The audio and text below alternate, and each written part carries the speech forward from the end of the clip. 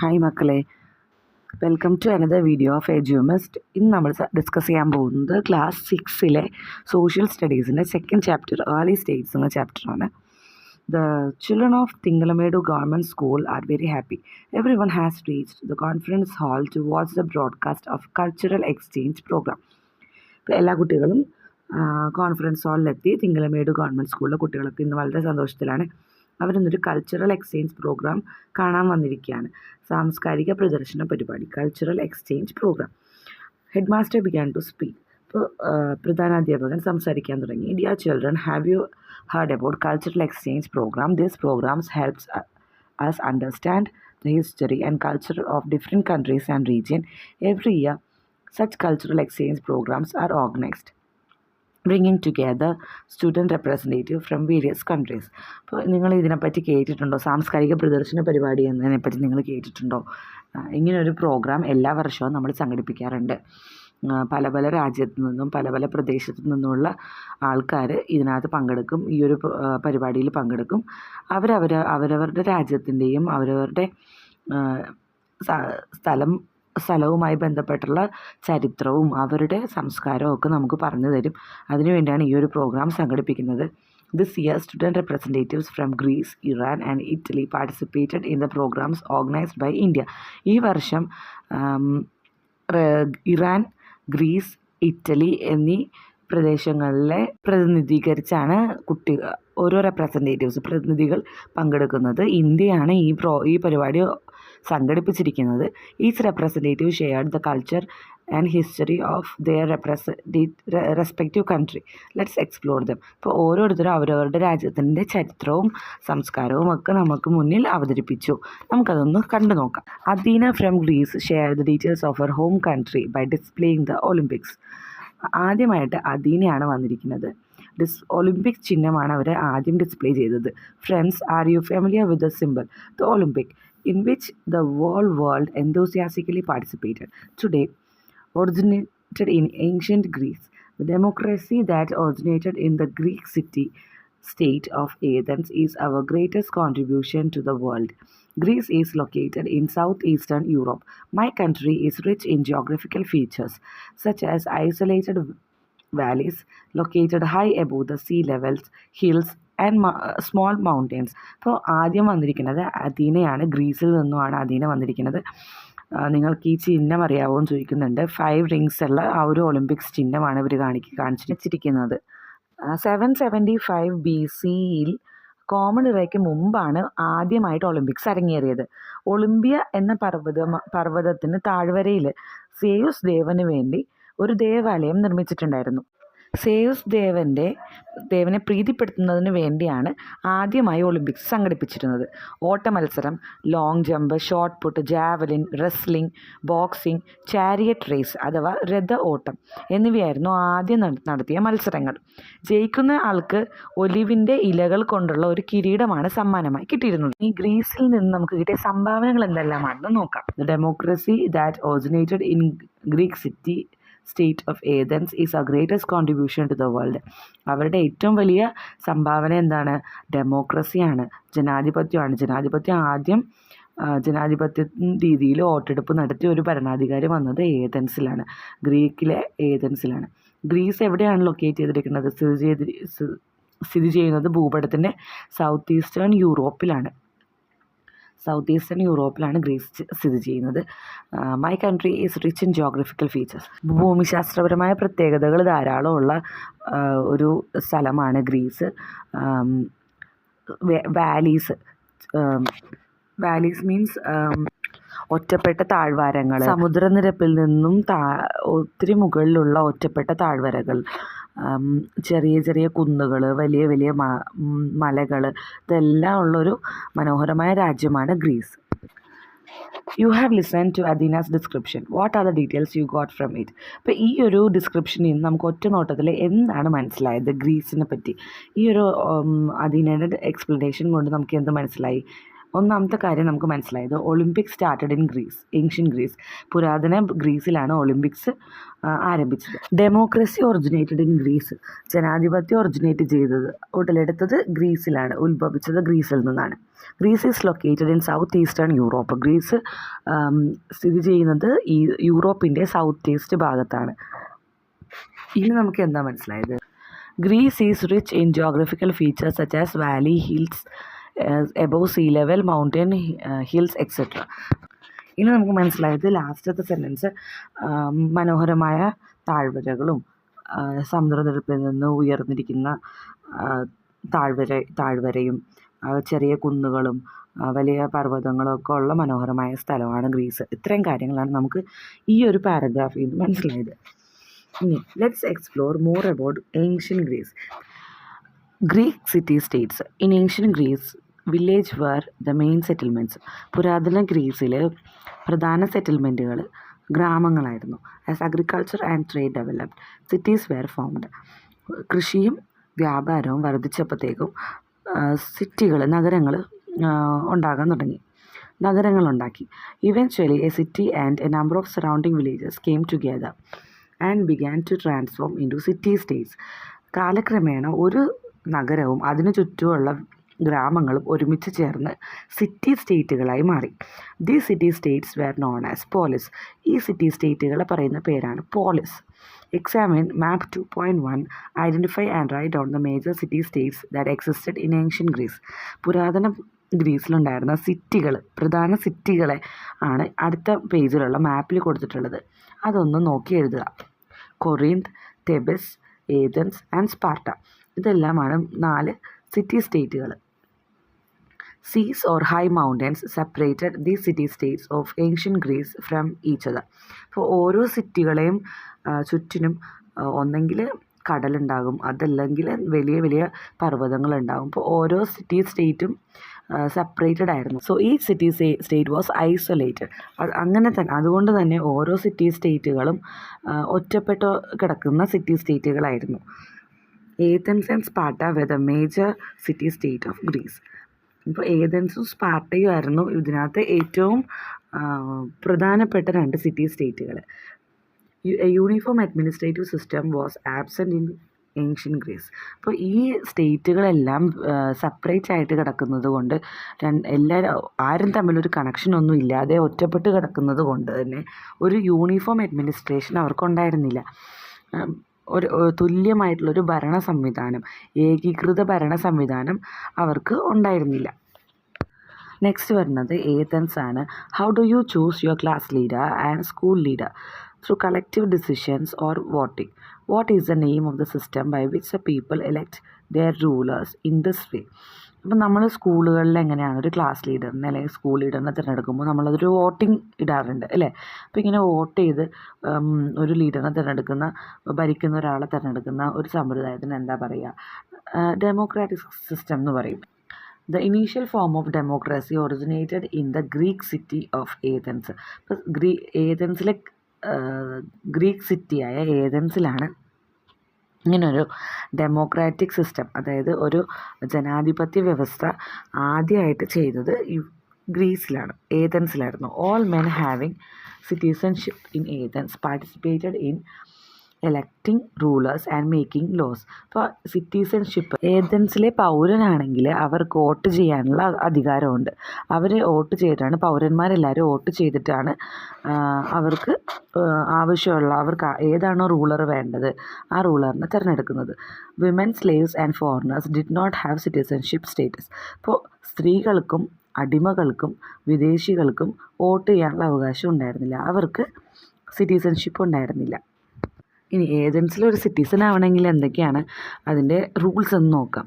The citizen of Athens. Not everyone was considered a citizen in Athens. To get citizenship there were conditions such as a person had to be free man and have both parents as Athenians. അപ്പോൾ എന്താണ് അതിൻ്റെ condition? എല്ലാവർക്കും ഒന്നും citizen ആകാൻ പറ്റില്ല, പൗരനാകാൻ പറ്റില്ല. പൗരനാകണമെങ്കിൽ എന്ത് വേണം? അച്ഛനും അമ്മയും 2 പേരും ഏഥനിലുള്ള ആൾക്കാർ തന്നെ ആയിരിക്കണം. അച്ഛൻ ഏഥനിലുള്ള ആളും അമ്മ സ്പാർട്ടയിലുള്ള ആളാണെങ്കിൽ പറ്റില്ല. 2 പേരും ഏഥൻസിൽ തന്നെയുള്ള ആളാണെങ്കിൽ മാത്രമേ അയാൾക്ക് സിറ്റിസൺഷിപ്പ് അല്ലെങ്കിൽ പൗരത്വാവകാശം ഉണ്ടാവുകയുള്ളൂ.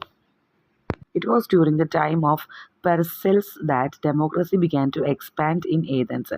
അപ്പോൾ പെർസിലിൻ്റെ ടൈമിലാണ് ഏതൻസിൽ ഡെമോക്രസി വികസിക്കാൻ തുടങ്ങിയത്, ജനാധിപത്യം വികസിക്കാൻ തുടങ്ങിയത്. The political body of Athens was known as the assembly. അപ്പോൾ ഈ തിരഞ്ഞെടുക്കപ്പെട്ട വ്യക്തികളെല്ലാവരും കൂടി ചേർന്നിട്ടുള്ളൊരു ബോഡി ഉണ്ടാവുമല്ലോ, ഒരു ജനറൽ ബോഡി. ആ ബോഡിയാണ് അസംബ്ലി എന്നാണ് പറഞ്ഞിരുന്നത്. Now let us get familiar with other features of Athens. ഇനി നമുക്ക് ഏതൻസിലുള്ള മറ്റുള്ള പ്രത്യേകതകൾ എന്തെല്ലാം ആണെന്ന് നോക്കാം. A system of education that give importance to art and culture. ഇപ്പോൾ കലയ്ക്കും സംസ്കാരത്തിനും പ്രാധാന്യമുള്ള ഒരു വിദ്യാഭ്യാസ സമ്പ്രദായമായിരുന്നു അവർക്കുണ്ടായിരുന്നത്. 2 years of compulsory military service for boys. ആൺകുട്ടികൾക്ക് 2 വർഷത്തെ സൈനിക വിദ്യാഭ്യാസം കമ്പൽസറി ആയിരുന്നു, നിർബന്ധിത സൈനിക വിദ്യാഭ്യാസമായിരുന്നു. A strong navy and military. ഏതൻസിനൊരു ശക്തമായ നേവിയും ഒരു മിലിറ്ററി ഫോഴ്സും ഉണ്ടായിരുന്നു. ശക്തമായ നാവികസേനയും കരസേനയും ഉണ്ടായിരുന്നു ഏതൻസിന്. നെക്സ്റ്റ് വരുന്നതാണ് സ്പാർട്ടക്ക് മുമ്പ് പെർസിലസ് എന്ന് പറഞ്ഞിട്ടൊരു ചക്രവർത്തി ഉണ്ടായിരുന്നു. അദ്ദേഹത്തെ പറ്റി നമുക്ക് നോക്കാം. It was during the reign of Persiles, one of Athens' most powerful rulers, that Athens achieved a prominent status among the Greek city-states. അപ്പോൾ പുരാതന ഗ്രീക്ക് നഗരങ്ങളുടെ ഇടയിൽ ഏതൻസിന് ഒരു പ്രാതിനിധ്യം കൊടുത്തത് പെർസിലസിൻ്റെ കാലത്തായിരുന്നു. Persiles maintained the idea that power should be shared among all citizens rather than being concentrated in a single individual. ഇപ്പോൾ പെർസിലസിന് ഉണ്ടായിരുന്നത് അധികാരം സാധാരണക്കാർക്കും അനുഭവിക്കാനുള്ളതാണ്, അധികാരം അവർക്ക് കൂടി അനുഭവിക്കാൻ ആവശ്യമുള്ളതാണ്. അപ്പോൾ അതുകൊണ്ട് പെർസിലസ് വിശ്വസിച്ചിരുന്നത് അധികാരം സാധാരണ ജനങ്ങൾക്കും കൂടി അനുഭവിക്കാനും അവർക്ക് കൂടി അത് പങ്കുവയ്ക്കാനും ഉള്ളതാണെന്നാണ് അദ്ദേഹം വിശ്വസിച്ചിരുന്നത്. അതുകൊണ്ട് തന്നെയാണ് ജനാധിപത്യ രീതി പിന്തുടർന്നത്. നെക്സ്റ്റ് വരുന്നത് Sparta. Unlike Athens, Sparta had an aristocratic rule. ഏതൻസിലെ പോലെയല്ല സ്പാർട്ടയിൽ പ്രഭുത്വ ഭരണമായിരുന്നു ഉണ്ടായിരുന്നത്. The educational system that existed in Sparta emphasized traditional values and military training. അപ്പോൾ സ്പാർട്ടയിലുണ്ടായിരുന്ന വിദ്യാഭ്യാസ സമ്പ്രദായം ട്രഡീഷണൽ വാല്യൂസ്, പാരമ്പര്യ മൂല്യങ്ങളെയും അതുപോലെ സൈനിക പരിശീലനവും ആയിരുന്നു. In Sparta boys were required to serve in military for 23 years. 23 വർഷം ആൺകുട്ടികൾ സൈന്യത്തിൽ സേവനമനുഷ്ഠിക്കണം. The Persian empire which was hostile to Greek city states was invaded and conquered by a combined army of Athens and Sparta. ഇപ്പോൾ Persian സാമ്രാജ്യം ഏതൻസും സ്പാർട്ടയും കൂടി ഒരുമിച്ച് അവർ ആക്രമിച്ചു, പിടിച്ചടക്കി. ഈ യുദ്ധത്തിന് പറയുന്ന പേരാണ് ഗ്രീക്കോ പേർഷ്യൻ വാർ. ഇനി present characteristics of Athens and Sparta in dialogue form. ഇതൊരു ഡയലോഗാണ്. ആ country is known as the birthplace of democracy.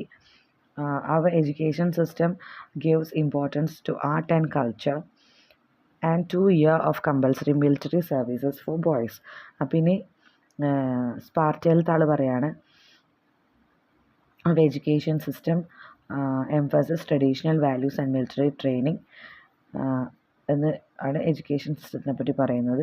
പിന്നെ we have an aristocratic rule, ഞങ്ങൾക്ക് അരിസ്റ്റോക്രാറ്റിക് റൂളാണ് ഉള്ളത്. But later Sparta which became hostile to Athens. അത് കുറേ നാളുകൾക്ക് ശേഷം സ്പാർട്ട ഏതൻസിൻ്റെ ശത്രുക്കളായി മാറി. Formed an alliance with certain city states and waged war against Athens. അതിനുശേഷം സ്പാർട്ട വേറെ കുറേ സ്പാർട്ടക്ക് ചുറ്റുമുള്ള സിറ്റി സ്റ്റേറ്റുകളുമായിട്ട് കൂട്ടുചേർന്നിട്ട് ഏതൻസിനെതിരെ ഒരു യുദ്ധം നടത്തി. In this war known as the Peloponnesian war Sparta emerged victorious. ഇതിനെ പെലോപ്പൊനേഷ്യൻ വാർ എന്നാണ് പറയുന്നത്. ഈ യുദ്ധത്തിൽ സ്പാർട്ടയാണ് വിജയിച്ചത്. Next, marathon race. During the Greco-Persian War, the Greeks and the Persians fought at Marathon, located about 26 miles from Athens. അപ്പോൾ Graeco Persian യുദ്ധത്തിൻ്റെ സമയത്ത് ഗ്രീക്കുകാരും പേർഷ്യക്കാരും യുദ്ധം ചെയ്തത് ഏതൻസിൽ നിന്ന് 26 മൈൽ അപ്പുറമുള്ള മാരത്തോൺ എന്ന് പറഞ്ഞ സ്ഥലത്താണ്. അപ്പോൾ ഇവിടെ യുദ്ധത്തിന് ശേഷം ഗ്രീക്കുകാരാണ് വിജയിച്ചത്. അപ്പോൾ ഈ വിജയ വാർത്ത ഏതൻസിൽ അറിയിക്കാൻ വേണ്ടി ഒരു മെസ്സഞ്ചറിന്, ഒരു ദൂതനെ അയച്ചു. The Greeks emerged victorious in this battle. A messenger was sent to Athens to deliver the news of their triumph. After running the entire distance, he joyfully shouted, "Rejoice, we have won." അപ്പോൾ ഈ 26 mile ഓടി ഏതൻസിലെത്തിയ ആൾ വിളിച്ചു പറഞ്ഞു, സന്തോഷിക്കൂ, നമ്മൾ വിജയിച്ചു എന്ന്. ഇത്രയും ദൂരം ഓടിയത് കൊണ്ട് തന്നെ ഇയാൾ അവിടെ എത്തി ഈ ഒരു വാർത്ത ഡെലിവറി ചെയ്തതിന് ശേഷം, ഈ ഒരു സന്തോഷ വാർത്ത അറിയിച്ചതിന് ശേഷം ഇയാൾ അവിടെ മരിച്ചു വീണു. അപ്പോൾ ഇദ്ദേഹത്തിൻ്റെ ഓർമ്മയ്ക്കായിട്ടാണ്, in the memory of this event the long distance race came to be known as marathon race. ഇദ്ദേഹത്തിൻ്റെ ഓർമ്മയ്ക്കായിട്ടാണ് മാരത്തോൺ റേസ് എന്ന്, ഈ ദീർഘദൂര ഓട്ടങ്ങളെ മാരത്തോൺ റേസ് എന്ന് പറയുന്നത്. ഇനി next one, Herodotus and Thucydides. The Histories is a famous work based on the Greco-Persian War. It is considered to be the first historical work in the world. It was written by Herodotus, who is known as the father of history. അപ്പോൾ ഹെറോഡോട്ടസിനാണ് father of history, ചരിത്രത്തിൻ്റെ പിതാവ് എന്ന് പറയുന്നത്. ഇദ്ദേഹത്തിൻ്റെ ആദ്യത്തെ വർക്കാണ്, ആദ്യത്തെ ലേഖനമാണ് the histories എന്ന് പറഞ്ഞ പ്രശസ്തമായ പുസ്തകം. The Peloponnesian war between Sparta and Athens was recorded by the historian Thucydides. The name of this work is History of Peloponnesian War. അപ്പോൾ പെലോപ്പനേഷ്യൻ വാറിൻ്റെ ചരിത്രം എന്നുള്ളൊരു പുസ്തകമാണ് ആരെഴുതിയത്? തുസൈഡസസ് എഴുതിയിരുന്നത്. അപ്പോൾ ഇദ്ദേഹം ഈ സ്പാർട്ടയും ഏതൻസും തമ്മിലുള്ളൊരു യുദ്ധം ഉണ്ടായിരുന്നല്ലോ, അതിനകത്ത് സ്പാർട്ട വിജയിച്ചൊരു യുദ്ധം, ആ യുദ്ധത്തിനെ പറ്റി എഴുതിയതാണ് ഈ വർക്ക്, ഹിസ്റ്ററി ഓഫ് പെലോപ്പനേഷ്യൻ വാർ. ഇനി നെക്സ്റ്റ് വരുന്നത് ഗ്രീക്ക് ഫിലോസഫേഴ്സ്, ഗ്രീക്ക് തത്വചിന്തകരെ പറ്റിയാണ് അടുത്തത് വരുന്നത്. സോക്രട്ടസ്, പ്ലേറ്റോ, അരിസ്റ്റോട്ടിൽ, ഈ 3 പേരാണ് പ്രശസ്തരായ തത്വചിന്തകർ. ലോകത്തിന് തന്നെ സ്വാധീനിച്ച തത്വചിന്തകരാണ്, ഫിലോസഫേഴ്സാണ് സോക്രട്ടസ്, പ്ലേറ്റോ, അരിസ്റ്റോട്ടിൽ. സോക്രട്ടസിനെ പറ്റി പറയുകയാണെങ്കിൽ, Socrates emphasised that knowledge is virtue. അറിവ് നന്മയാണെന്ന് ഊന്നി പറയുകയും വിശ്വസിക്കുകയും ചെയ്തിരുന്നൊരു വ്യക്തിയാണ് Socrates. Propagated ideas through the method of logical discussion. അപ്പോൾ അദ്ദേഹം യുക്തിപരമായ ചർച്ചകളിലൂടെയാണ് അറിവ് സമ്പാദിച്ചിരുന്നതും മറ്റുള്ളവർക്ക് അറിവ് പകർന്നു കൊടുത്തിരുന്നതും. അടുത്ത ആളാണ് Plato, disciple of Socrates. Plato സോക്രട്ടസിൻ്റെ ശിഷ്യനാണ്. പ്ലേറ്റോ ആണ് അക്കാഡമി എന്ന് പറഞ്ഞൊരു സ്റ്റഡി സെൻറ്റർ, ഒരു പഠന കേന്ദ്രം ആരംഭിച്ചത്. Founded a study centre call academy. Famous work the Republic എന്ന് പറഞ്ഞ ഒരു പുസ്തകമാണ് ഇദ്ദേഹത്തിൻ്റെ പ്രധാനമായിട്ടുള്ള വർക്ക്. നെക്സ്റ്റ് വരുന്നത് അരിസ്റ്റോട്ടിലാണ്. A student of Plato at the academy. അപ്പോൾ പ്ലേറ്റോയുടെ ഒരു ശിഷ്യനാണ് അരിസ്റ്റോട്ടിൽ. അക്കാഡമിയിലാണ് അരിസ്റ്റോട്ടിൽ പഠിച്ചിരുന്നത്. Establish the study centre call the Lyceum എന്ന് പറഞ്ഞൊരു പഠന കേന്ദ്രമാണ് അരിസ്റ്റോട്ടിൽ തുടങ്ങിയത്. Author of the book Politics എന്ന പുസ്തകത്തിൻ്റെ ഓദർ ആണ് ഇദ്ദേഹം. അടുത്തത് details about ancient Greek culture are obtained from Homer's EPIC പോം ദ ഇലിയഡ് ആൻഡ് ഒഡീസി. അപ്പോൾ ഹോമർ എന്ന് പറഞ്ഞ ഒരു ചരിത്രകാരനും ഒരു രചയിതാവും ഒക്കെയാണ്. ഇദ്ദേഹത്തിൻ്റെ ഒരു വലിയ ഏറ്റവും ഇമ്പോർട്ടൻ്റ് ആയിട്ടുള്ള, ഏറ്റവും പ്രധാനമായിട്ടുള്ളൊരു വർക്കാണ് ദ ഇലിയഡ് ആൻഡ് ഒഡീസി. ഒരു എപ്പിക്കാണ്, ഇതിഹാസമാണ്, ചരിത്രം തന്നെയായിരിക്കും ഈ ഇതിഹാസമാണ് ഇലിയഡ് ആൻഡ് ഒഡീസി. അപ്പോൾ ഇലിയഡ് എന്ന് പറഞ്ഞാൽ അതൊരു കഥയാണ്, ട്രോജൻ വാറിൻ്റെ കഥയാണ്. അപ്പോൾ ഗ്രീക്കുകാരും ട്രോയ് എന്ന് പറഞ്ഞ സിറ്റി, ഗ്രീക്കും ട്രോയ് എന്ന് പറഞ്ഞ സിറ്റിയും തമ്മിലുള്ളൊരു യുദ്ധത്തിൻ്റെ കഥയാണ്. നമുക്ക് എല്ലാവർക്കും അറിയാവുന്നൊരു യുദ്ധത്തിൻ്റെ കഥയാണത്. ഒരു ഗ്രീക്കുകാർ തോറ്റുപോകും. അപ്പോൾ അവരെന്ത് ചെയ്യും? അവരൊരു വലിയ മരക്കുതിര ഉണ്ടാക്കും. എന്നിട്ട് ഗ്രീക്കിലുള്ള സോൾജേഴ്സിനെ എല്ലാത്തിനെയും ആ കുതിരയുടെ ഉള്ളിൽ കയറ്റി നിർത്തും. എന്നിട്ട് ട്രോയ് സിറ്റിയുടെ മുമ്പിൽ കൊണ്ടുപോയി ഈ കുതിരേനെ വെക്കും. അപ്പോൾ ട്രോയ്ക്കാരെന്ത് വിചാരിക്കും?